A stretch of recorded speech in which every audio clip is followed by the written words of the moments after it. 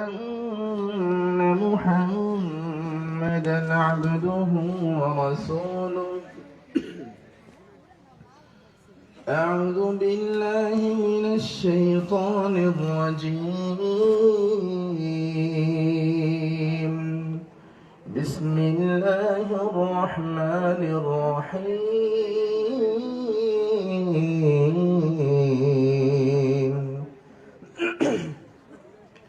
ومن يعص الله ورسوله ويتعد حدوده يدخله نارا خالدا فيها وله عذاب مهين.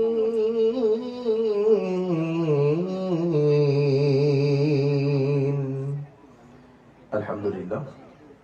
যাবতীয় প্রশংসা, অগণিত শুকরিয়া, হামদ ও সানা, গুণগান, গুণকীর্তন একমাত্র আল্লাহ রাব্বুল আলামিনের জন্য, যার অশেষ দয়ায় লম্বা সময় ধরে বসে কোরআন এবং বিশুদ্ধ সুন্নাহর আলোচনা শোনার সুযোগ পেয়েছি।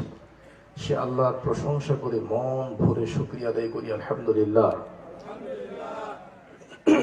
সালাতু সালাম বর্ষিত হোক আমাদের প্রিয় নবী, শেষ নবী, নবী মুহাম্মদ বিন আব্দুল্লাহ সাল্লাল্লাহু আলাইহি ওয়াসাল্লামের উপর। সংক্ষিপ্ত আকারে আমরা সালাতু সালাম পেশ করছি। আল্লাহুম্মা সাল্লি আলাইহি, আল্লাহুম্মা বারিক আলাইহি। উম্মুল কুরা মসজিদ ও মাদ্রাসা কমপ্লেক্সের উদ্যোগে আয়োজিত আজকের ষষ্ঠ বাৎসরিক ওয়াজ মাহফিলের সম্মানিত সুযোগ্য অভিজ্ঞ প্রাজ্ঞ প্রথিতযশা সভাপতি, প্রধান অতিথি, বিশেষ অতিথিবৃন্দ, উলামায়ে কেরাম, মুরব্বিয়ানে কেরাম, যুবক ভাইয়েরা, কলিজার টুকরো সন্তান তুল্য সোনামণিরা, পর্দা আড়ালের মা ও বোনেরা, বিশেষ করে রাত অনেক দীর্ঘ হয়েছে, এরপরেও দূর দূরান্ত থেকে ছুটে এসেছে আমার প্রিয় দিনী ভাইয়েরা। আল্লাহর কাছে দোয়া করি তিনি মাহফিলকে কবুল করুন, আমিন। বক্তব্য শুনে বুঝে আমল করার তৌফিক দান করুন, আমিন। বক্তব্য ভূমিকা আর লম্বা নয়, আমরা ডাইরেক্ট বক্তব্যে যাচ্ছি।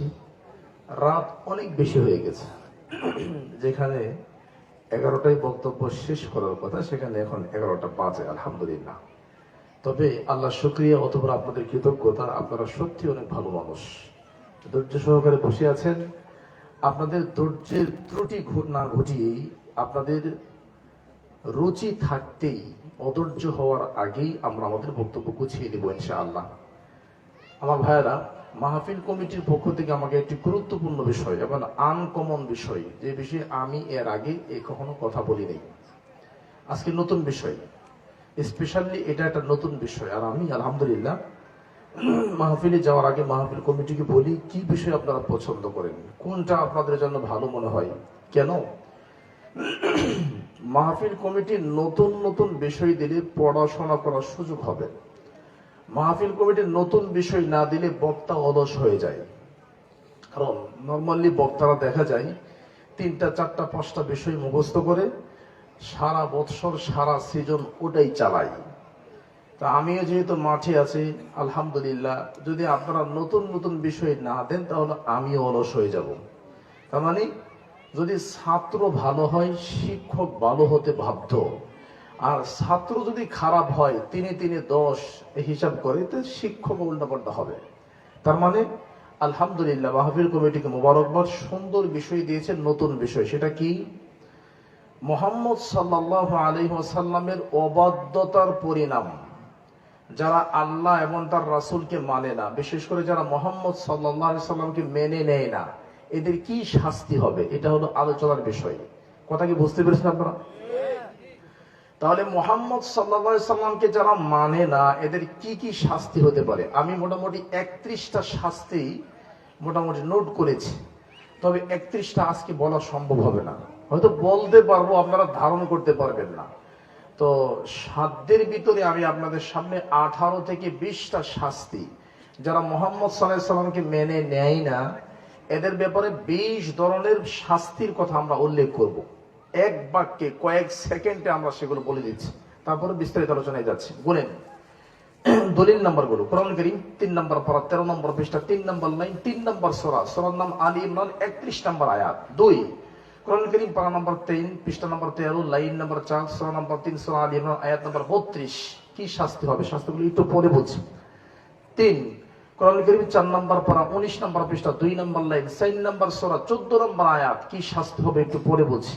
5 কোরআন কারীম পারা নম্বর 5 পৃষ্ঠা নম্বর 7 লাইন নম্বর 8, পারা নম্বর 5 পৃষ্ঠা নম্বর 7 লাইন নম্বর 8 সূরা নম্বর 4 সূরা নিসা আয়াত নম্বর 65। কি কি শাস্তি হবে। কোরআন কারীম পারা নম্বর 10 পৃষ্ঠা নম্বর 2 লাইন নম্বর 1 থেকে 2 সূরা নম্বর 8 সূরাতুল আনফাল। কোরআন কারীম পারা নম্বর 16 পৃষ্ঠা নম্বর 3 লাইন নম্বর 8 থেকে 9 সূরা নম্বর 17 সূরা নম্বর 18 সূরাতুল কাহাফ আয়াত নম্বর 103। কি কি শাস্তি হবে আমি বলছি। কোরআন কারীম পারা নম্বর 18 পৃষ্ঠা নম্বর 18 সূরা নূর আয়াত নম্বর 62। কোরআন কারীম পারা নম্বর 19 পৃষ্ঠা নম্বর 1 সূরাতুল ফুরকান আয়াত নম্বর 23। কোরআন কারীম সূরা ফুরকান 19 নম্বর পারা 1 নম্বর পৃষ্ঠা 8 থেকে 9 নম্বর লাইন আয়াত নম্বর 27 28। কোরআন কারীম পারা নম্বর 19 পৃষ্ঠা নম্বর 2 লাইন নম্বর 12 সূরা ফুরকান 25 নম্বর সূরা। কি কি আযাব হবে যারা আল্লাহ এবং তার রাসূলকে মেনে নেয় না। আমরা কোরআন থেকে অনেকগুলো দলিল দিলাম, চলেন এবার হাদিস থেকে কিছু দলিল নেই। 3 কিতাবের হাদিস, 3টা কিতাব হাদিসগুলো পেয়ে যাবেন। বুখারী মুসলিম মেশকাত 140 নম্বর হাদিস, সহিহ মুসলিম হাদিস নম্বর 1718, সহিহ মুসলিম হাদিস নম্বর 1716, বুখারী মুসলিম মেশকাত হাদিস নম্বর 143, বুখারী মুসলিম মেশকাত হাদিস নম্বর 145, মুসলিম মেশকাত হাদিস নম্বর 142, বুখারী মেশকাত হাদিস নম্বর 143, এরপরে মুসলিম মেশকাত হাদিস নম্বর 158, তিরমিজি মেশকাত হাদিস নম্বর 159, মুয়াত্তা মেশকাত হাদিস নম্বর 186, দারিমি মেশকাত হাদিস নম্বর 188, সহিহ আত-তারগিব হাদিস নম্বর 72, সহিহ আত-তারগিব হাদিস নম্বর 62, সহিহ বুখারী হাদিস নম্বর 1597, মুসনাদ আহমদ বিন হাম্বল হাদিস নম্বর 4870, মুসনাদ আহমদ বিন হাম্বল হাদিস নম্বর 3121 3121, আল ওয়াদিহ ফি উসুল ফিকহ খণ্ড নম্বর 1 পৃষ্ঠা নম্বর 12 লাইন নম্বর 12। এই যে আমি 1 ঘন্টা যা বলবো কয়েক মিনিটে সেটা আমি আপনাকে শোনাই দিলাম, যদিও কিছু বুঝেন নাই তবে এর ভিতরেই সব আছে। তার মানে আপনারা যদি ভিডিওটা আপনারা ঘুরে ঘুরে দেখেন তাহলে এখানে সব তথ্য পেয়ে যাবেন। কারণ একটা বই সম্পর্কে সম্পূর্ণ শিখতে হলে বইয়ের সূচিপত্রগুলো দেখতে হয় যে বইয়ে কি কি আছে। সম্পূর্ণ কোরআন সম্পর্কে ধারণা নেবেন তাহলে 114টা সূরা সম্পর্কে আপনাকে জানতে হবে। তো আজকের বক্তব্য সম্পর্কে 1 ঘন্টায় কি জানবেন সেটা আমি আপনাকে 1 মিনিট 1.5 মিনিটে শোনাই দিলাম। এবার শোনেন বিস্তারিত কোথায় যাচ্ছে। যারা মুহাম্মদ সাল্লাল্লাহু আলাইহি সাল্লামকে মেনে নেয় না তাদের কি হবে। নাম্বার 1, মুহাম্মদ সাল্লাল্লাহু আলাইহি সাল্লামকে না মানলে আল্লাহকে পাওয়া যাবে না, আল্লাহকে সন্তুষ্ট করা যাবে না। মুহাম্মদ সাল্লাল্লাহু আলাইহি সাল্লামকে আনুগত্য করে রাসূলকে খুশি করেই আল্লাহকে সন্তুষ্ট করতে হবে। দলিল ছাড়া কথার কোনো মূল্য নেই। 3 নম্বর পারা 13 নম্বর পৃষ্ঠা 3 নম্বর লাইন 4 নম্বর সূরা 31 নম্বর আয়াত, সূরার নাম আলী ইমরান। আল্লাহ বলছেন قل إن كنتم تحبون الله فاتبعوني يحببكم الله ويغفر لكم ذنوبكم والله غفور رحيم। قل হে নবী আপনি বলে দিন, শোনো তোমরা যদি আল্লাহকে ভালোবাসতে চাও, আল্লাহর মহব্বত চাও, তাহলে আমি নবী মুহাম্মদ সাল্লাল্লাহু আলাইহি সাল্লামকে আগে মেনে নিতে হবে। আমি নবীকে আনুগত্য করে আমি নবীকে আল্লাহকে পাওয়া যায় না। তার মানে যদি কেউ মুহাম্মদ সাল্লাল্লাহু আলাইহি সাল্লামের অবাধ্য হয় তাহলে তার সবচেয়ে বড় পরিণাম হলো আল্লাহ তার উপর অসন্তুষ্ট হবেন। নাউজুবিল্লাহ মিন যালিক। এটা 1 নাম্বার। 2, কেউ যদি মুহাম্মদ সাল্লাল্লাহু আলাইহি সাল্লামকে মেনে না নেয় তাহলে সে কাফের। কি বলেন তো? আল্লাহর নবী মুহাম্মদ সাল্লাল্লাহু আলাইহি সাল্লামকে কেউ যদি মানতে না পারে, আনুগত্য করতে না পারে তাহলে সে কাফের হয়ে যাবে।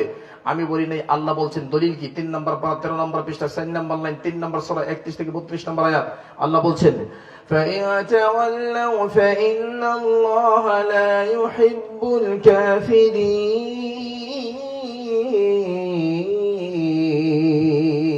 শোনো, ফাইন তাওয়াল্লাউ তোমরা যদি মুহাম্মদ সাল্লাল্লাহু আলাইহি সাল্লামকে না মানো, আল্লাহর নবীর আনুগত্য যদি না করো, অবাধ্যতায় লিপ্ত হও, তাহলে কি ফলাফল জানো? ফাইন্নাল্লাহা লা ইউহিব্বুল কাফিরিন, তাহলে তুমি কাফের হয়ে যাবে। আল্লাহ কাফেরদেরকে পছন্দ করেন না। বলবেন যে আপনি আপনার মতো করে তাফসীর করছেন। জি না, এই আয়াতের তাফসীর ইবনে কাসির মূল ভলিউম, আরবি 8 খণ্ডের 2 নম্বর খণ্ড 35 নম্বর পৃষ্ঠা 22 নম্বর লাইন। এই আয়াতের তাফসীর ইবনে কাসির মূল ভলিউম, আরবি 8 খণ্ডের 2 নম্বর খণ্ড 35 নম্বর পৃষ্ঠা 22 নম্বর লাইন খোলেন। ইমাম ইবনে কাসির রাহিমাহুল্লাহ বলছেন, আল্লাহকে পেতে হলে, আল্লাহকে খুশি করতে হলে মুহাম্মদ সাল্লাল্লাহু আলাইহি সাল্লামকে আনুগত্য করেই করতে হবে। মুহাম্মদ সাল্লাল্লাহু আলাইহি সাল্লামের অবাধ্য হয়ে, মুহাম্মদ সাল্লাল্লাহু আলাইহি সাল্লামকে মূল্যায়ন না করে, মুহাম্মদ সাল্লাল্লাহু আলাইহি সাল্লামকে বৃদ্ধাঙ্গুলি দেখে আল্লাহকে পাওয়া যায় না। এটাই হলো কোরআন কারীমের আয়াতের তাফসীর। সুবহানাল্লাহ। যেমন আমি আপনাকে একটু সহজে বুঝাই, আমাদের ডক্টর মাহবুবুর রহমান ভাই, আল্লাহ তাকে নেক হায়াত দান করুক, আমিন। এই মাহফিলের পৃষ্ঠপোষক। মনে করেন কথার কথা, আপনি রাস্তা দিয়ে হাঁটছেন, হাঁটার পরে ছিনতাইকারী আপনাকে ধরেছে। আপনি বললেন যে ভাই আপনি আমার কি ছিনতাই করবেন? আমি ডক্টর মাহবুবুর রহমানকে খুব ভালোবাসি। তো ছিনতাইকারী আপনাকে ছাড় দেয় নাই, বলছে আরে আমি এলাকার এমপির খুব ভালোবাসি, এলাকার মন্ত্রী খুব ভালোবাসি, আমি ডক্টর ইউনূসকে ভালোবাসি, আমি তারেক জিয়াকে ভালোবাসি। আপনি ভালোবাসেন, এই কথাতে কিন্তু ছিনতাইকারী আপনাকে ছাড়বে না। কথা উল্টাই দেন, শোনো, ডক্টর মাহবুবুর রহমান সাহেব আমাকে ভালোবাসে, এমপি আমাকে ভালোবাসে, মন্ত্রী আমাকে ভালোবাসে, আরে তারেক জিয়া আমাকে ভালোবাসে, অমুক আমাকে ভালোবাসে, আমি না, সে আমাকে ভালোবাসে। এই কথা যখন উল্টিয়ে দিবেন তখন সে ধমকে যাবে, ভয় পেয়ে যাবে। আল্লাহ তাই বলেছে 3 নম্বর পারা 13 নম্বর পৃষ্ঠা 3 নম্বর লাইন 3 নম্বর সূরা 31 নম্বর আয়াত, শোনো, তোমরা যদি নবীকে মেনে নাও তাহলে তুমি আল্লাহকে ভালোবাসো না, আল্লাহ তোমাকে ভালোবাসবে। মুহাম্মদ সাল্লাল্লাহু আলাইহি ওয়াসাল্লামকে মেনে নাও, তোমাকে বলতে হবে না আমি আশিকে রাসূল। লম্বা বড় বড় পাগড়ি লাগানোর দরকার নাই, পিকআপ ভাড়া করা দরকার নাই, নাচানাচি গান বাজনা করা দরকার নাই, আশিকে রাসূল পরিচয় দেওয়া দরকার নাই। তুমি মুহাম্মদ সাল্লাল্লাহু আলাইহি ওয়াসাল্লামকে মেনে নাও, আমি আল্লাহ তোমাকে ভালোবাসবো। সুবহানাল্লাহ।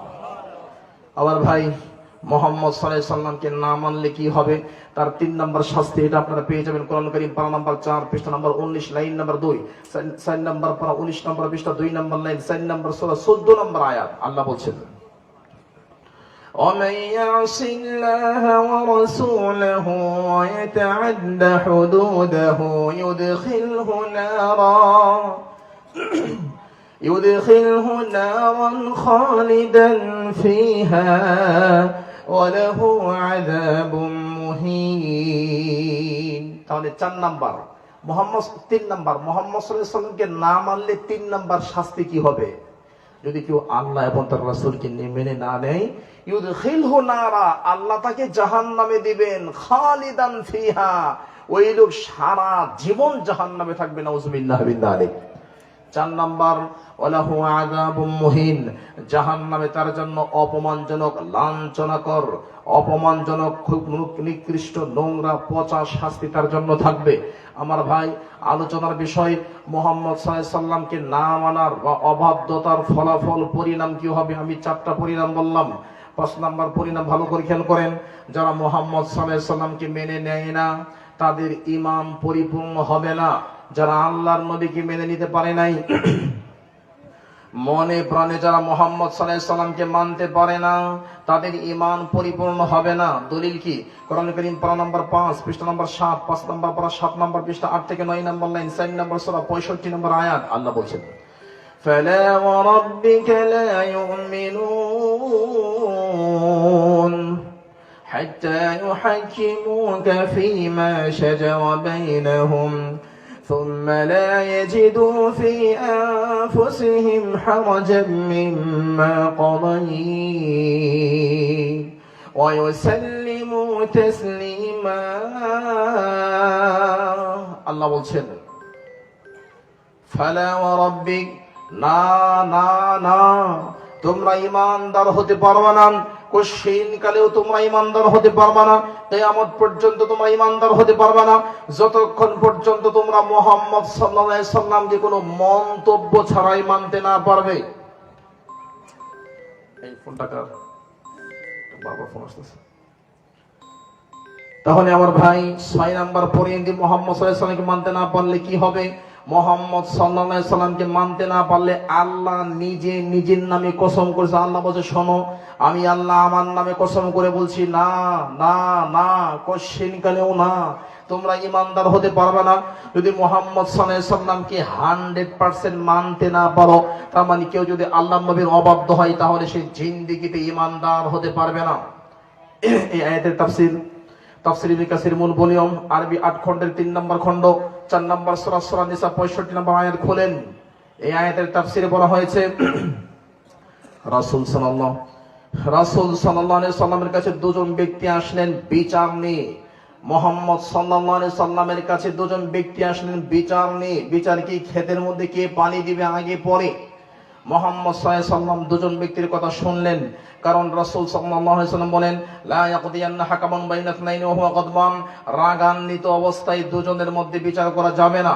রাসূল সাল্লাল্লাহু আলাইহি সাল্লাম বলেন, মান জুইলা কাদিয়ান বাইনান নাস ফাকাদ বিহা বিগাইরি সিকিন, কেউ যদি রাগান্বিত অবস্থায় দুই ব্যক্তির মধ্যে বিচার করে তাহলে তাকে যেন ছুরি ছাড়া জবাই করে দেওয়া হলো।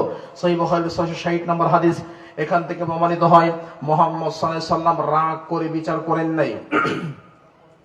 আল্লাহর নবী দুজনের কথা ভালো করে মনোযোগ দিয়ে শুনলেন। শোনার পরে বললেন, ইবনে জুবাইর, তুমি তোমার ক্ষেতের মধ্যে আগে পানি দাও। তখন লোকটা রাগ করে বলছে, আল্লাহর নবী, আনকান ইবনু আম্মাতি, ওই আপনার ফুফাতো ভাই, এই জন্য সিদ্ধান্ত তার পক্ষে দিলেন, সে আগে খেতে পানি দিবে। আপনি স্বজন প্রীতি করেছেন। এ কথা বলার পরে পরেই ফাতালাহু ওয়াজহু রাসূলিল্লাহি সাল্লাল্লাহু আলাইহি সাল্লাম, আল্লাহর নবীর চেহারা লাল বর্ণ হয়ে, রাগান্বিত হয়ে নবীর চেহারা লাল টকটক হয়ে গেল। আল্লাহ নবী বললেন, শোনো আব্দুল্লাহ বিন জুবাইর, তুমি তোমার ক্ষেতের মধ্যে পানি দিবা, এরে পানি দিবা না, তোমার ক্ষেতের পানি ভরে আইল টপকিয়ে যখন তার খেতে যাবে তখন দিবে। আল্লাহর নবী মুহাম্মদ সাল্লাল্লাহু আলাইহি সাল্লামের উপর এমন কঠিন মন্তব্য করার কারণে আল্লাহ আয়াত নাযিল করলেন। পারা নাম্বার 5 পৃষ্ঠা নাম্বার 7, লাইন নাম্বার 9, সূরা নাম্বার 4, সূরা নিসা 65 নম্বর আয়াত, না না না, কোশ্চেন কালেও না, তোমরা ঈমানদার হতে পারবা না। মুহাম্মদ সাল্লাল্লাহু আলাইহি সাল্লামকে যদি তোমরা মানতে না পারো তাহলে আমার ভাই মুহাম্মদ সাল্লাল্লাহু আলাইহি সাল্লামকে মানতে না পারলে জিন্দেগিতে ঈমানদার হওয়া যায় না। এই আয়াতের উপর ভিত্তি করে দর্তহীন কণ্ঠে আমরা একটু বলতে চাই, যদি তাই হয়, মুহাম্মদ সাল্লাল্লাহু আলাইহি সাল্লামকে মানতে না পারলে যদি ঈমানদার না হওয়া যায়, তাহলে বাংলাদেশের এখনো পর্যন্ত 75 থেকে 80% মুসলমান যারা মসজিদে নামাজ পড়ে, তাবলীগ জামাত করে, কাবা ঘরের হজ করে, টাকা থাকলে যাকাত দেয়, যাদের ঈমান আমলের কাছে আপনি ধারের কাছে যেতে পারবেন না, কিন্তু তারা মুহাম্মদ সাল্লাল্লাহু আলাইহি সাল্লামকে পূর্ণাঙ্গভাবে মানতে পারে নাই। এই জন্যই আয়াতের ভিত্তিতে তারাও এখনো ঈমানদার হতে পারে নাই। কথা বুঝেন না মনে করা, বোঝার জন্য বলছি। এদেশের এখনো 80% মানুষ যারা মুহাম্মদ সাল্লাল্লাহু আলাইহি সাল্লামকে মেনে নিতে পারে নাই। ইমাম আবু হানিফা রাহিমাহুল্লাহকে যতটা ভালোবাসে, তার মাযহাবকে যতটুকু ভালোবাসে, মুহাম্মদ সাল্লাল্লাহু আলাইহি সাল্লামকে ততটুকু মূল্যায়ন করতে পারে না। তার দলিল আমি একটা ঘটনা প্রায় বলি। মদিনায় যাওয়ার আগে ধানমন্ডি সায়েন্স ল্যাবরেটরি স্কয়ার জামে মসজিদ সরকারি ইমাম এবং খতিবের ইন্টারভিউ হবে। তখন আমার দাড়ি তখনও ওঠে নাই, শরীর স্বাস্থ্য খুব ক্ষীণ, মাত্র পড়াশোনা করেছি, মদিনায় যাই নাই। শেখ আব্দুর রাজ্জাক বিন ইউসুফের মাদ্রাসায় শিক্ষক হওয়ার আগের কথা বলছিলাম। ইন্টারভিউ গেলাম, যাওয়ার পরে আমি বুকের মধ্যে হাত ধরে সালাত আদায় করলাম, যেভাবে পড়ি, জোরে আমিন বললাম যেভাবে বলি। আমার ইন্টারভিউ শুরু হওয়ার আগে খতিব সাহেব আমার হাত ধরে টান দিয়ে বাহিরে নিয়ে গিয়ে বললেন, শোনেন হুজুর, আপনি যেভাবে নামাজ পড়লেন এভাবে কি আপনার বড় হুজুররাও পড়েনি? বললাম, জি, আমার বড় হুজুররা এভাবেই পড়ে। বললাম, কেন হুজুর, এমনি নামাজ পড়লে কি নামাজ হবে না? হুজুর কিছু বলে না, চুপ করে হুজুর দাঁড়ায় আছে। আমি বললাম, শোনেন, চাকরি হবে কিনা জানি না, তবে একটা দাওয়াত দিয়ে যাই। আপনি পড়াশোনা কোথায় করেছেন? উনি বলল, আমি বাংলাদেশের সবচেয়ে বড় মাদ্রাসা হাট হাজারি মাদ্রাসা থেকে পড়াশোনা করেছি। আমি বললাম, আমি একটা সহিহ বুখারী থেকে দলিল দিব। আমি যেই সহিহ বুখারী থেকে দলিল দেব ওটা মিশরের বুখারী না। মিশর থেকে বুখারী প্রিন্ট হয়, সৌদি আরব থেকে বুখারী প্রিন্ট হয়, লেবানন, জর্ডান, কাতার, কুয়েত থেকে বুখারী প্রিন্ট হয়। আমি সৌদি আরব, কাতার, কুয়েত, লেবানন, জর্ডানের বুখারী দিয়ে দলিল দিব না। আপনি হয়তো বলবেন যে এখানে জালিয়াতি করছেন, আপনারা আহলে হাদিস জালিয়াতি করেছেন। আমি একটা বুখারী শরীফ থেকে দলিল দেব, যে দলিলটা আপনাদের সহিহ বুখারী দেওবন্দ থেকে প্রিন্ট হয়। বাংলাদেশে লক্ষ লক্ষ ছাত্র পড়ে, হাজার হাজার মুফতিরা পড়ায়। ওই বুখারী থেকে দলিল দিয়ে মানবেন। হুজুর কিছু বলে না, চুপ করে দাঁড়ায় আছেন। বলতে বলতে ওনাকে বললাম, এই যে পায়ে পা, কাঁধে কাঁধ লাগানো সম্পর্কে জানতে চাইলেন। সহিহুল বুখারী, ভারতের দেওবন্দের প্রিন্ট, মূল ভলিউম, 1 নম্বর খণ্ড, 100 নম্বর পৃষ্ঠা, 21 নম্বর লাইন, 76 নম্বর অধ্যায়, 716 নম্বর হাদিস। সহিহ বুখারী, দেওবন্দের প্রিন্ট, মূল ভলিউম, 1 নম্বর খণ্ড, 100 নম্বর পৃষ্ঠা, 21 নম্বর লাইন, 76 নম্বর অধ্যায়, 716 নম্বর হাদিস। বাবু ইলজাকুল মানকিব বিল মানকিব ওয়াল কদম বিল কদম ফিস সফি। সালাতে পায়ে পা, কাঁধে কাঁধ লাগায় নামাজ পড়তে হবে। হাদিস পেয়েছেন, চুপ করে শুনছে। এবার এভাবে সালাত পড়েছি। সহিহ বুখারী, দেওবন্দের প্রিন্ট, মূল ভলিউম, 1 নম্বর খণ্ড, 102 নম্বর পৃষ্ঠা, 19 নম্বর লাইন, 87 নম্বর অধ্যায়, 731 নম্বর হাদিস। এরপর রফউল ইয়াদাইন করা সম্পর্কে জানতে চেয়েছেন। সহিহ বুখারী, আপনাদের দেওবন্দের প্রিন্ট, মূল ভলিউম, 1 নম্বর খণ্ড, 102 নম্বর পৃষ্ঠা, 1 নম্বর লাইন, 83 নম্বর অধ্যায়, 726 থেকে 30। এরপরে জোরে আমিন সম্পর্কে জানতে চেয়েছেন। সহিহুল বুখারী, দেওবন্দের প্রিন্ট, মূল ভলিউম, 1 নম্বর খণ্ড, 106 নম্বর 1 নম্বর খণ্ড, 108 নম্বর পৃষ্ঠা, 6 নম্বর লাইন, 113 নম্বর অধ্যায়, 774 নম্বর হাদিস। এই সবগুলো তথ্য ওনাকে দেওয়ার পরে চুপ করে শুনলেন আর বললেন, সবই তো ঠিক আছে, কিন্তু আমাদের মাযহাবে যে নাই। এবার আমি আপনাকে আয়াত বোঝাচ্ছি। কোরআন কারীম পারা নম্বর 5, পৃষ্ঠা নম্বর 7, লাইন নম্বর 6, লাইন নম্বর 9, 4 নম্বর সূরা সূরা নিসা 65 নম্বর আয়াত। না না না, ইমানদার হতে পারবা না যদি মুহাম্মদ সাল্লাল্লাহু আলাইহি সাল্লামের বক্তব্য শোনার পরে মন্তব্য করো। এতগুলো দলিল দেওয়ার পরে, দেওবন্দ থেকে এতগুলো দলিল দেওয়ার পরে হাট হাজার থেকে ফারেক হওয়া এত বড় মুফতি, সরকারি মসজিদ ইমামুল খতিব, উনি বললেন সবই ঠিক আছে, আপনার কথা কিন্তু আমাদের মাযহাবে নাই। এই কথা বললে কোরআনের আয়াত বলছে ঈমানই থাকে না। যদি তাই হয় তাহলে মুহাম্মদ সাল্লাল্লাহু আলাইহি সাল্লামের কথাকে কেউ যদি ফেলায় দেয়, তার ঈমান থাকে না। এটাই যদি হয়ে থাকে তাহলে এই দেশের এখনো পর্যন্ত 70 থেকে 80% হুজুরের ঈমান ঠিক নাই। সাধারণ মানুষ তো অনেক দূরের কথা। আমার ভাই, বারাক্রান্ত হৃদয়ে আমি আপনাকে বোঝাতে চাই, এইভাবে কথা বললে হয় না, এইভাবে ঈমান আনলে হয় না। আমাদের ঈমান যে কখন নষ্ট হয়ে গেছে আমরা জানি না। এই জন্য আল্লাহ বলছেন কোরআন কারীম 13 নম্বর পারা, 7 নম্বর পৃষ্ঠা, 3 নম্বর লাইন, 12 নম্বর সূরা, সূরা ইউসুফ।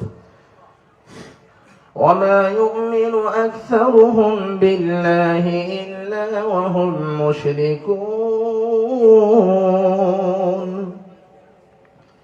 অধিকাংশ মানুষ আল্লাহর প্রতি ঈমান আনার পরে মুশরিক হয়ে গেছে। অধিকাংশ মানুষ দাবি করে আমি ঈমান এনেছি, কিন্তু ঈমান আনার পরে তার ঈমান ঠিক নাই, তার ঈমান চলে গেছে, সে মুশরিক হয়ে গেছে, সে নিজেও জানে না।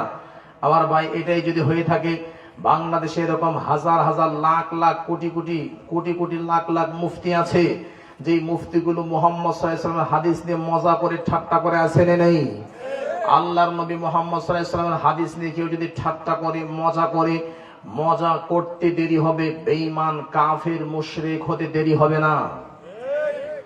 দলিল কি? কোরআন কারীম 10 নম্বর পারা, 16 নম্বর পৃষ্ঠা, 6 নম্বর লাইন, 9 নম্বর সূরা, সূরা তাওবা। আল্লাহ বলছে, শোনো, আল্লাহর নবীর কোনো হাদিস নিয়ে মজা করা যাবে না, ঠাট্টা করা যাবে না।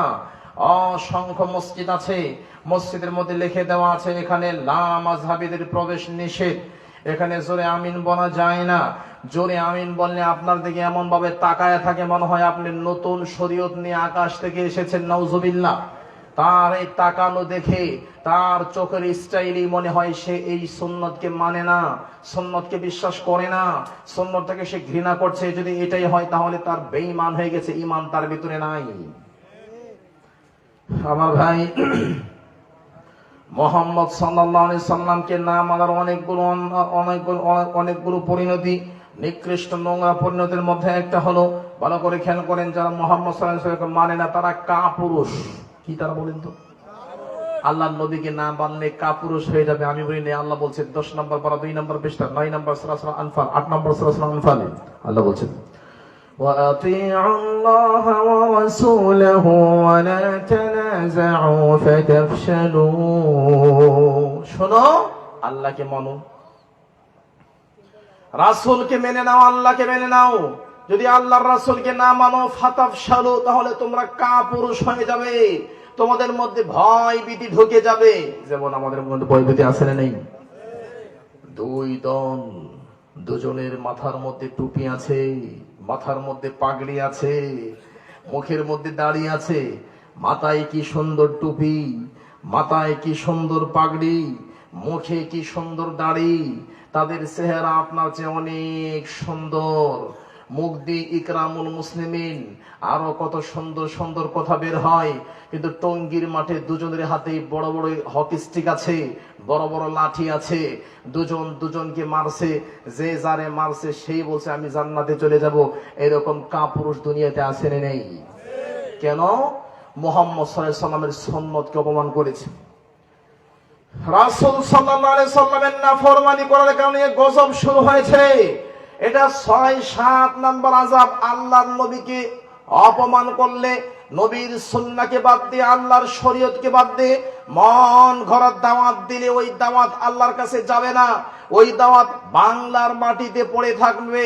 ওই দাওয়াতে মারামারি, হানাহানি, কাটাকাটি, খুনাখুনি, রাহাজানি, চুরি, ডাকাতি, ছিনতাই, রাহাজানি, জুলুম, অত্যাচার, অন্যায়, অবিচার, এই সমস্ত পাপ চলতেই থাকবে। যার জন্য এত দাওয়াত দেওয়ার পরে দাওয়াত কাজ হয় না। কারণ কি? আল্লাহ বলে দিয়েছেন কোরআন কারীম 18 নম্বর পৃষ্ঠা 63 নম্বর আয়াত সূরা নূর। আল্লাহ বলছেন ফালিয়াহযারিল্লাযীনা ইউখালিফুনা আন আমরি আন তুসিবাহুম ফিতনাতুন আও ইউসিবাহুম আযাবুন আলীম। শোনো, যারা মুহাম্মদ সাল্লাল্লাহু আলাইহি সাল্লামকে মানতে পারো নাই, যারা আল্লাহর নবীর নাফরমানি করেছে, আন তুসিবাহুম ফিতনা, এদেরকে ফিতনা পাকড়াও করবে। আও ইউসিবাহুম আযাবুন আলীম, অথবা মারাত্মক শাস্তি এদেরকে পাকড়াও করবে। কেমন ফিতনা পাকড়াও করবে জানেন? ওই বেদাতি হুজুর সারা জীবন আপনাকে জিনাকারী প্রমাণ করার চেষ্টা করেছে।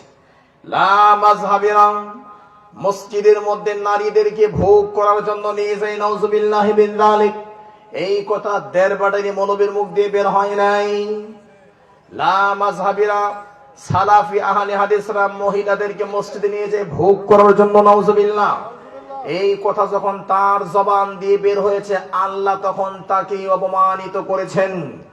আপনারা দেখেছেন এই হুজুরেই হিল্লা বিবাহর নামে জোতার বাড়ি খেয়েছে। ময়মনসিংহ, হালুয়াঘাট, ঢাকা, গাজীপুর জোতার বাড়ি খেয়েছে। কারণ এরাই মানুষের সামনে বুখারীর হাদিসকে অস্বীকার করেছে।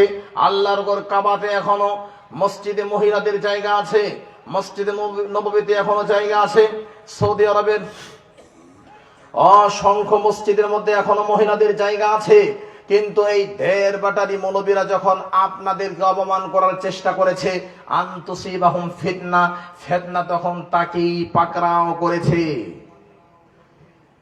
মাগরিবের নামাজের পরে ভদ্র মহিলা এসে বলছে, স্বামীর সাথে রাগারাগি হয়েছে, আমার স্বামী আমাকে 3 তালাক দিয়েছে, বাঁচার কোনো উপায় আছে কিনা? বলছে হ্যাঁ আছে।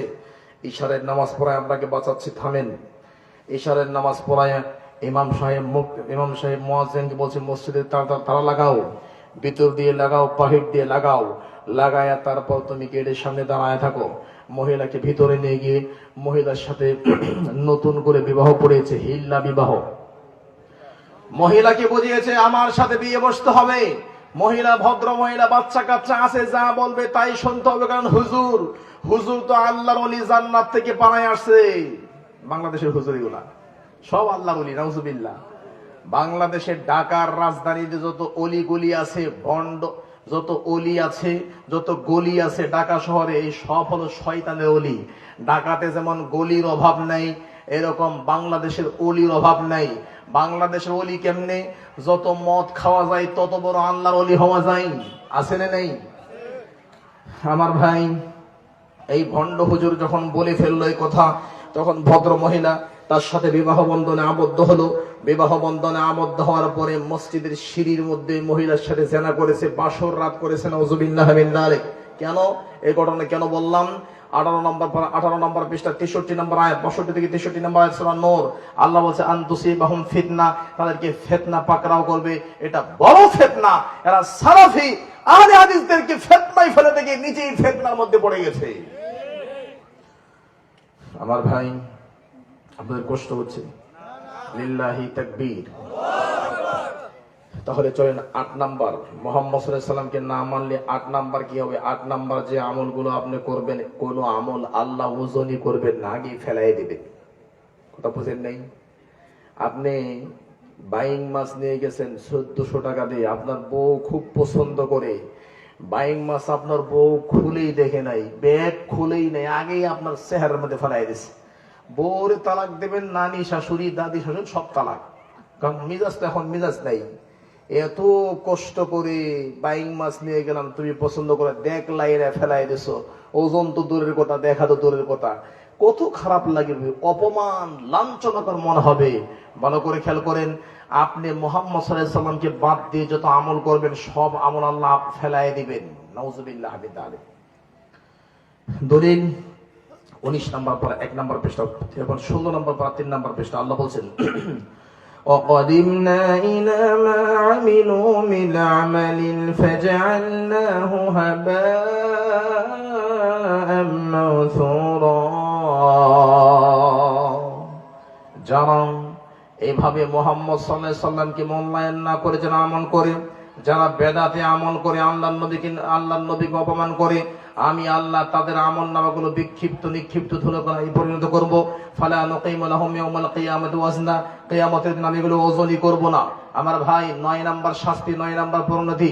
কিয়ামতের দিন মুসিবতের মাঠে যারা আল্লাহর নবীর নাফরমান, তারা নিজের হাত নিজে কামড়াতে থাকবে, নিজের হাত নিজে কামড়াইবে। দলিল 19 নাম্বার পারা 1 নাম্বার পৃষ্ঠা 9 নাম্বার লাইন 27 থেকে 28 নাম্বার আয়াত। আল্লাহ বলেন وَيَوْمَ يَعَضُّ الظَّالِمُ عَلَى يَدَيْهِ وَيَقُولُ يَا لَيْتَنِي اتَّخَذْتُ مَعَ الرَّسُولِ سَبِيلًا وَيَوْمَ يَعَضُّ الظَّالِمُ عَلَى يَدَيْهِ, সেদিন জালেম, যেই জালেম নবীকে মেনে নেয় নাই, সে নিজের হাত কামড়াতে থাকবে আর বলবে ইয়া লাইতানি, হায় আফসোস, ইত্তাখাযতু মা'আর রাসূলি সাবিলা, যদি মুহাম্মদের নিয়ম, যদি মুহাম্মদ সাল্লাল্লাহু আলাইহি ওয়াসাল্লামের সুন্নাহকে মেনে চলতে পারতাম তাহলে কতই না ভালো হতো। সুবহানাল্লাহ। 10 নাম্বার, এই মুহাম্মদ সাল্লাল্লাহু আলাইহি সাল্লামকে না মানলে 10 নাম্বার যেটা করতে হবে, আফসোস করে বলবে ইয়া ওয়াইলাতা লাইতানি লাম আত্তাখিয ফুলানান খলিলা, হায় আফসোস, যদি মুহাম্মদ সাল্লাল্লাহু আলাইহি সাল্লামকে, আল্লাহর নবী, সাহাবী এদেরকে বাদ দিয়ে অন্যকে কেন বন্ধু বানাইলাম?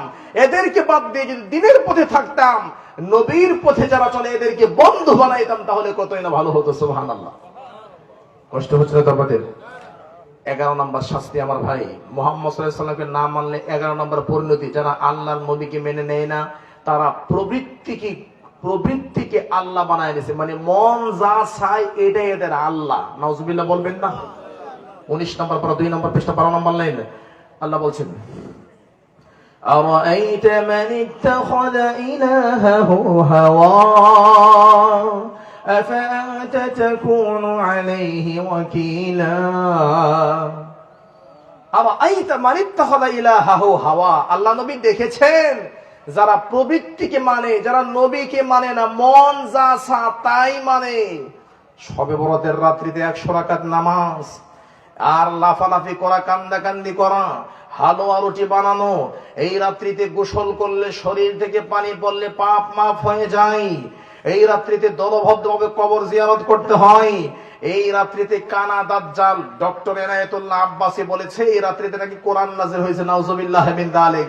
দাজ্জাল তো আপনারা দেখেন নাই, যাই না দেখার সুযোগ হবে কিনা, কিন্তু বাংলাদেশে একটা দাজ্জাল আছে, ডক্টর দাজ্জাল, তার নাম ডাক্তার এনায়েতুল্লাহ আব্বাসী। এই বলছে, এই জাহেল বলছে শবে বরাতের রাত্রিতে কোরআন নাযিল হয়েছে। নাউজুবিল্লাহ। এই কথা বললে তো এই কথা বললে তো ঈমান থাকে না। এতদিন বলছে বউ তালাক, অমুক তালাক, তমুক তালাক। যদি ডাক্তার এনায়েতুল্লাহ আব্বাসীর বউয়ের বিশ্বাস হয় যে আল্লাহ কোরআন নাযিল করছে লাইলাতুল কদর রমজানে, আর এনায়েতুল্লাহ আব্বাসী যদি জাতির সামনে তওবা না করে আকীদায় না আসে, তাহলে আজকে থেকে তার বউয়ের সাথে রাতের বেলা ঘুমানো হারাম হয়ে যাবে, কারণ বউ তালাক। কারণ তারা কি? আল্লাহ কোরআনের 3টা আয়াত, 25 নম্বর পর 14 নম্বর পৃষ্ঠা, পারা নাম্বার 25 পৃষ্ঠা নাম্বার 14, লাইন নাম্বার 14 সূরা দুখান 2 থেকে 3 নম্বর আয়াত, পারা নাম্বার 30 পৃষ্ঠা নাম্বার 19 সূরা কদর, কোরআন কারীম পারা নাম্বার 2 পৃষ্ঠা নাম্বার 7, লাইন নাম্বার 2 থেকে 3, 2 নম্বর সূরা সূরা আল-বাকারা 185 নম্বর আয়াত। এতগুলো আয়াতে আল্লাহ বলছে আমি কোরআন নাযিল করেছি রমজান মাসে লাইলাতুল কদরে। স্পষ্ট আয়াত থাকার পরে কেউ যদি বলে আল্লাহ এই শবে বরাতের রাত্রিতে কোরআন নাযিল করেছে, ঈমান থাকবে? এর চেয়ে বড় দাজ্জাল দুনিয়াতে কেউ আছে? ও বললেন দাজ্জাল, বললেন দলিল কি? সহিহ মুসলিমের হাদিস, আমি বলি নেই। আল্লাহর নবী বলছেন ইয়াকুনু ফি আখিরিজ জামানি দাজ্জালুনা কাজ্জামুন, আখিরি জামানায় কিছু দাজ্জাল আসবে। আমি বলি নেই, কে বলছে? মুহাম্মদ সাল্লাল্লাহু আলাইহি সাল্লাম। ইয়াকুনু ফি আখিরিজ জামান, আখিরি জামানায় আসবে দাজ্জালুনা, দাজ্জাল কোয়ালিটির মানুষ, কাযযাবুনা, মিথ্যুক, ইয়াতুনাকুম মিনাল আহাদিস, তারা তোমাদের কাছে এমন এমন হাদিস নিয়ে আসবে, বিমা লাম তাসমাউ আনতুম ওয়ালা আবাউকুম, যে হাদিস তোমরা তো শোনো নাই, তোমাদের বাপ দাদা 14 গোষ্ঠী ওই হাদিস শুনে নাই। ফাইয়াকুম ওয়া ইয়াহুম, এদের থেকে দূরে থাকো। লা ইউদিল্লুনাকুম ওয়া লা ইফতিনুনাকুম, এরা তোমাদেরকে পথভ্রষ্ট করে ছাড়বে। নাউযুবিল্লাহি মিন যালিক। টিস্যু নাই না? টিস্যু দরকার ছিল। আমার ভাই, আমি আপনাদের সামনে কয়টা বললাম? 11টা। 12 নাম্বার পরিণতি, ভালো করে খেয়াল করতে হবে। 12 নাম্বার আছে, পকেটে আছে। 12 নাম্বার পরিণতি, যারা আল্লাহ এবং তার রাসূলকে মেনে নেয় না, যারা আল্লাহ এবং তার রাসূলকে মেনে নেয় না বা যারা রাসূলের অবাধ্য হয়, এদেরকে আল্লাহ জাহান্নামে ফেলাবেন। কিন্তু কেমনে ফেলাবেন? উল্টিয়ে ফেলাবেন। পাছা থাকবে উপরে, মাথা থাকবে নিচে। এটা খুব সম্মান না? এটা খুব সম্মান না? কি জোরে বলেন?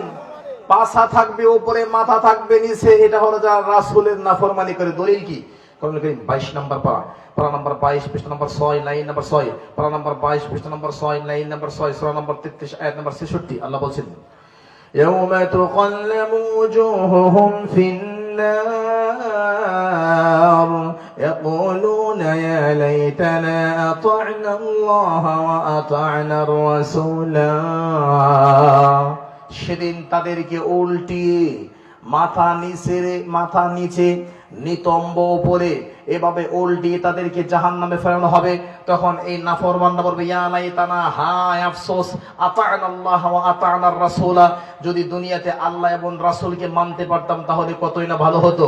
তখন এই নাফরমানরা বলবে আল্লাহ আমাদেরকে জাহান্নামে দিবেন, দেন। কিন্তু যেই মৌলবীরা আমাদেরকে পথভ্রষ্ট করেছে, যেই দেওবন্দি হুজুর, যেই করাচি থেকে পড়াশোনা করে আসা হুজুর, যেই মুফতি মুহাদ্দিস মুনাজির জামান, এত বড় হুজুর, এরা যারা আমাদেরকে পথভ্রষ্ট করেছে আল্লাহ, এদেরকে আপনি ডাবল আযাব দিতে হবে, কারণ এরা আমাদেরকে পথভ্রষ্ট করেছে। নাউযুবিল্লাহি মিন যালিক। যেমন আপনারা দেখেছেন জৈনৈক হুজুর, যাদের কণ্ঠের সামনে মনে হয় নূর বেশ ভাসতেছে, যাদের কণ্ঠের উপর ভিত্তি করে শাপলা চত্বরে বহু মানুষ জীবন দিয়েছে, এরাই নেতৃত্বের জন্য, ক্ষমতার জন্য বলছে আমরা যদি ক্ষমতায় আসতে পারি আমরা মাজার ভাঙবো না, মাজার গড়ব। শুনেন নাই? এই পবিত্র বক্তব্য শুনেন নাই আপনারা? আমরা যদি ক্ষমতায় যেতে পারি আমরা মাজার ভাঙবো না, আমরা মাজার বানাবো, আমরা মাজারের উপর আক্রমণ করব না, মাজারের সেফটি, নিরাপত্তা নিশ্চিত করব। বিবরণে বোঝা যায় আল্লাহু আলাম, এরা দুনিয়া পাওয়ার জন্য, ক্ষমতা পাওয়ার জন্য একটা শিরকি কার্যালয়কে তারা সাপোর্ট দিবে। কিন্তু দুঃখিত হলাম, বারাক্রান্ত হলাম, হৃদয় রক্তকরণ হলো, কষ্ট হলো। 5ই আগস্টের পর থেকে এই পর্যন্ত বহু সালাফি মসজিদকে ভেঙে দেওয়া হয়েছে, বহু সালাফিদেরকে রক্তাক্ত করা হয়েছে। এখনো পর্যন্ত কোন দল, ইসলামী দলের কথা বলে নাই যে যা হোক হয়েছে। শোনেন, আমরা আপনাদেরকে বলছি, আমরা যদি ক্ষমতায় যেতে পারি তাহলে আমরা সালাফি মসজিদগুলোকে নিয়ন্ত্রণ করব, আমরা সালাফি মসজিদকে সংরক্ষণ করব। আর কোন আল্লাহর বান্দা সালাফি আহলে হাদিস মসজিদ আক্রমণ করতে পারবে না, অন্তত পক্ষে এইটুকু কথা বলতে পারে না। তারা বলছে মন্দির এবং মাজারকে আমরা কন্ট্রোল করব, দেখব, সেভ করব, কিন্তু এটা বলে না। কেন বলে না জানেন? কারণ তারা জানে যতই বলুক আহলে হাদিসরা এই democracy is a government of the people, by the people, for the people, এই হারাম রাজনীতির দিকে গিয়ে ভোট দিবে না, এই জন্য তারা বলেও না। আমার ভাই, বৃষ্টি যেদিকে যাবে ছাতা সেদিকে ধরবে, এটাই হলো এই বাঙালির নীতি। আমি 12টা বললাম, 12টা নাফরমানির বৈশিষ্ট্য, 12টা আল্লাহ নবীর নাফরমানি করলে 12টা আযাব, 12টা শাস্তি। 13 নম্বর গুনেন, নবীকে না মানলে কোনো আমল কবুল হবে না। এখন দ্রুত গুনেন, খুব দ্রুত বলতে সময় খুবই কম। নবীর নাফরমান হলে কোনো আমল কবুল হবে না। দলিল বুখারী মুসলিম মিশকাত 140 নম্বর হাদিস। এই হাদিস সবাই আপনারা জানেন। মান আমিলা আমালান লাইসা আলাইহি আমরুনা ফাহুয়া রাদ্দুন। যারা দিনের মধ্যে এমন কিছু নতুন আবিষ্কার করে যেটা দিনের মধ্যে নাই, সেটা আল্লাহ ডাস্টবিনে ফেলাই দিবেন, নাউজুবিল্লাহ। 14 নম্বর, মুহাম্মদ সাল্লাল্লাহু আলাইহি সাল্লাম মেম্বারে দাঁড়ায় মর্দে মুজাহিদের মতো সারা জীবন এই বাক্যই বলেছে, আম্মা বাদ ফাইন্না খায়রাল হাদিসি কিতাবুল্লাহ ওয়া খায়রুল হাদী হাদী মুহাম্মদ সাল্লাল্লাহু আলাইহি ওয়াসাল্লাম ওয়া শাররুল উমুরি মুহদাসাতুহা ওয়া কুল্লু মুহদাসাতিন বিদআহ ওয়া কুল্লু বিদআতিন দালালা ওয়া কুল্লু দালালাতিন ফিন্নার। এই কথা মুহাম্মদ সাল্লাল্লাহু আলাইহি ওয়াসাল্লাম মসজিদ নববীর মেম্বারে দাঁড়ায় মর্দে মুজাহিদের মতো বলেছে, কিন্তু এই কথা আমাদের বাংলাদেশের মৌলবীদের মুখ দিয়ে বের হয় না। এই জন্য এরাই হলো বেদাত এবং নবীর নাফরমানির সবচেয়ে বড় আবিষ্কারক। 15 নম্বর, ভালো করে খেয়াল করেন, 15, 16, 17 তিনটা একসাথে বলতেছি। দলিল বুখারী মুসলিম মিশকাত, সহিহ বুখারী মিশকাত 142 নম্বর হাদিস। আবগাদুন নাসি ইলাল্লাহি সালাসা, আল্লাহর কাছে সবচেয়ে জঘন্য, নগণ্য, নিকৃষ্ট, নোংরা, পচা, কুকুরের চেয়ে খারাপ, শুয়োরের চেয়ে খারাপ। আল্লাহর কাছে সবচেয়ে জঘন্য, নগণ্য, নিকৃষ্ট, নোংরা, কুকুর, শূকর, শ্রীগদের চেয়ে খারাপ 3 শ্রেণীর মানুষ। এক, মুলহিদুন ফিল হারাম, যারা মক্কা মদিনার হারামের সীমানায় বাড়াবাড়ি করে। আমাদের মধ্যে বাড়াবাড়ি আছে না নেই? রিয়াদ, ওয়াদি, দাওয়াসির থেকে তারাবির নামাজ পড়ে মদিনায় আসলাম, ঈদের দিন মদিনায় আসলাম, এসে বললাম যে ব্যাপার কি? রমজানেও দেখে গেলাম এগুলো সব ফাঁকা আছে, নবীর কবর কেন্দ্রিক, এখন এগুলো ব্যারিকেড দিছে কেন? বলছে আর বলিয়েন না, বাংলাদেশের আবেগী হুজুররা, মানুষরা আয়সা নবীর কবর যে কি মনে করে, এখানে শিরিক করতে চায়, এই জন্য এটা ব্যারিকেড দিয়ে দিছে। আর এক পাগল নবীর কবরের কাছে গিয়ে দোয়া করছে, সৌদি পুলিশ তার হাত ছাড়াই দিছে, বলছে এখানে দোয়া করা যাবে না, তুই আল্লাহর কাছে দোয়া কর। এই পাগল লাইভে গিয়ে ছাতার নিচে দাঁড়ায় দাঁড়ায় মোহাম্মদ বিন সালমানের নামে অভিশাপ দিচ্ছে আর পুলিশের নামে অভিশাপ দিচ্ছে। দিন ধর্ম কিছু বোঝে না বলেই তো বেদাতেরই অবস্থা। তাহলে আমার ভাই, আমি বলছিলাম 15, 16, 17, 15 নম্বর কি? মুলহিদুন ফিল হারাম, যারা হারামের সীমানায় বাড়াবাড়ি করে আছে না নেই? 2 নম্বর, মুবতাগিন ফিল ইসলাম সুন্নাতাল জাহিলিয়া, যারা কোরআন এবং সুন্নাহ পাওয়ার পরে জাহিলি যুগের নিয়ম নীতি কামনা করে। আমার ভাই, এটা কোরআনে আছে, এটা হাদিসে আছে। 1 ডজন দলিল দেওয়ার পরে যারা বলে সবই ঠিক আছে, মাযহাবে নাই, সবই ঠিক আছে, আমাদের বড় হুজুর করে নাই, আল্লাহর নবী বলছে এটা হলো সবচেয়ে বড় জঘন্য, নগণ্য, নিকৃষ্ট, নোংরা, এটা কুকুর, ছাগল, শুয়োরের চেয়ে খারাপ। নাউজুবিল্লাহ বলবেন না? এরপরে আমার ভাই, যারা মুহাম্মদ সাল্লাল্লাহু আলাইহি সাল্লামকে মানে না, তাদের জান্নাতে যাওয়া হবে না। কোথায় যাওয়া হবে না? দলিল বুখারী মুসলিম মিশকাত 143 নম্বর হাদিস। কুল্লু উম্মতি ইয়াদখুলুল জান্নাহ ইল্লা মান আবা, আমার উম্মতের সবাই জান্নাতে যাবে, তবে যারা আবা তারা যাবে না। আবা কারা গো? আল্লাহ নবী আবা কি বুঝলাম না, বোঝে নাই। মান আতানি দাখালাল জান্নাহ, যারা আমাকে মানে তারা জান্নাতে যাবে। ওমান আসানি ফাকাদ আবা, যারা আমার অবাধ্য হয় এরাই হলো আবা, আর যারা আবা এরাই যাবে জাহান্নামে। কয়টা গেল? 18টা। কষ্ট হচ্ছে আপনাদের? 19 নম্বর, এই বাচ্চারা আওয়াজ হবে না। 19 নম্বর আমার ভাই, যারা মুহাম্মদ সাল্লাল্লাহু আলাইহি সাল্লামকে মানে না, তারা ইহকালেও কানা, পরকালেও কানা। কথা বলেন কি? যারা মুহাম্মদ সাল্লাল্লাহু আলাইহি ওয়াসাল্লাম নাফরমানি কি করে, তারা কি ইহকালেও কানা? কানা বুঝেন কি বলেন তো? 15 নম্বর, 8 নম্বর পৃষ্ঠা, 72 নম্বর আয়াত, সূরা বনী ইসরাঈল। আল্লাহ বলছেন, ومن كان في هذه أعمى فهو في الآخرة أعمى, যারা নবীর নাফরমানি করে তারা ইহকালে অন্ধ, পরকালে অন্ধ। এই আয়াত শুনলে তো যারা বাংলাদেশের কানা মানুষ আছে অন্ধ, এরা সবাই কালকে শাপলা চত্বরে যাবে। অথবা টিএসসিতে গিয়ে এরা সবাই আন্দোলন করবে, আল্লাহ দুনিয়াতেও কানা পরকালেও কানা, কেমন কথা করে বললেন। আসলে এই অন্ধদের ব্যাপারে আয়াত নাজিল হয় নাই, এটা বেদাতি মুফতিদের ব্যাপারে নাজিল হয়েছে, যারা দুনিয়াতে চোখ থাকলেও দেখে না, কান থাকলেও শোনে না, পড়েও বোঝে না, এরা দুনিয়াতে কানা, পরকালেও এরা জাহান্নামে যাবে। নাউজুবিল্লাহ মিন যালিক। কয় নাম্বার গেল? 19 নাম্বার। 20 নাম্বার পরিণতি, কোরআন কারীম 14 নাম্বার 19 নাম্বার পৃষ্ঠা। আল্লাহ বলছেন, ومن أعرض عن ذكري فإن له معيشة ضنكا ونحشره يوم القيامة أعمى। যারা মুহাম্মদ সাল্লাল্লাহু আলাইহি সাল্লামের সাথে নাফরমানি করে, আমি তাদের দুনিয়ার জীবনকে সংকীর্ণ করে দিব এবং পরকালে এদেরকে জাহান্নামে নিয়ে যাব। নাউজুবিল্লাহ বলবেন না? 20 নাম্বার পরিণতি, যারা মুহাম্মদ সাল্লাল্লাহু আলাইহি সাল্লামের নাফরমানি করে, এরা হাউজে কাউসারের পানি পাবে না। কি পাবে না? জোরে বলেন। আল্লাহর নবী সাল্লাল্লাহু আলাইহি সাল্লাম হাউজে কাউসারের পানি পান করাবেন। যে হাউজে কাউসার সম্পর্কে বলা হচ্ছে, শোনো, আনিয়াতুহু কাআদাদি নুজুমিস সামা। হাউজে কাউসারের পানি পান করানোর জন্য আকাশে যেমন অসংখ্য তারকা আছে, আকাশে যেমন অসংখ্য তারকা আছে, এই পরিমাণ পাত্র থাকবে, বালতি থাকবে, বদনা থাকবে, গ্লাস থাকবে, যা থাকার থাকবে, এটা দিয়ে মানুষকে পানি পান করানো হবে। পানি কেমন হবে? এই পানিগুলো দুধের চেয়ে সাদা হবে, মধুর চেয়ে মিষ্টি হবে।